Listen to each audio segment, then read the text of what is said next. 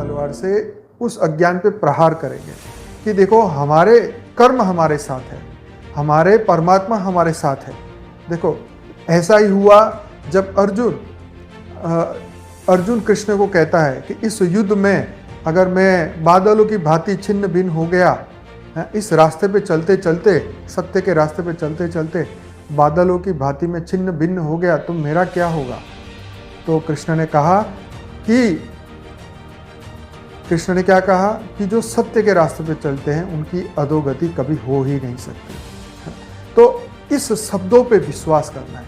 क्या विश्वास क्या करना है कि जो हम कर रहे हैं, हम विश्व कल्याण के लिए अच्छे वाइब्रेशन कर रहे हैं, स्व परिवर्तन कर रहे हैं, परम प्रकाश परम लाइट उतार रहे हैं, आत्मा की शक्तियों को जागृत कर रहे हैं, हम सभी चिंता स्ट्रेस तनाव से मुक्त हो रहे हैं। ठीक है, तो हमारी आत्मा की अधोगति कैसे होगी? हमारी आत्मा की तो सदगति होने वाली है, क्योंकि हम इन सभी चीज़ों से ऊपर उठे हैं, हम भौतिक जगत के नहीं हैं।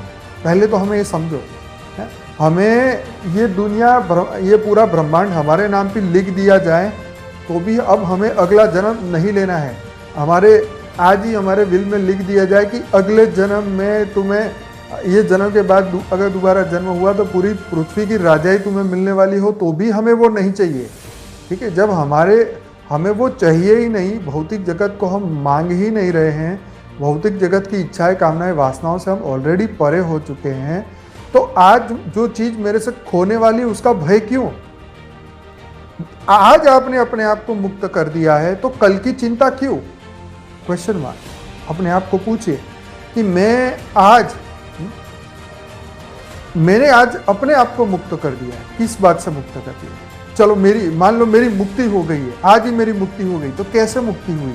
मुक्ति हुई मेरी इच्छाएं कामनाएं, भय, स्ट्रेस, तनाव, ये जितनी भी इच्छाएं, जो भी इस भौतिक जगत से लेके मेरी इच्छाएं थी, जो मेरे शरीर को लेके वासनाएं थी, वो मैं खुद ही समाप्त कर रहा हूँ।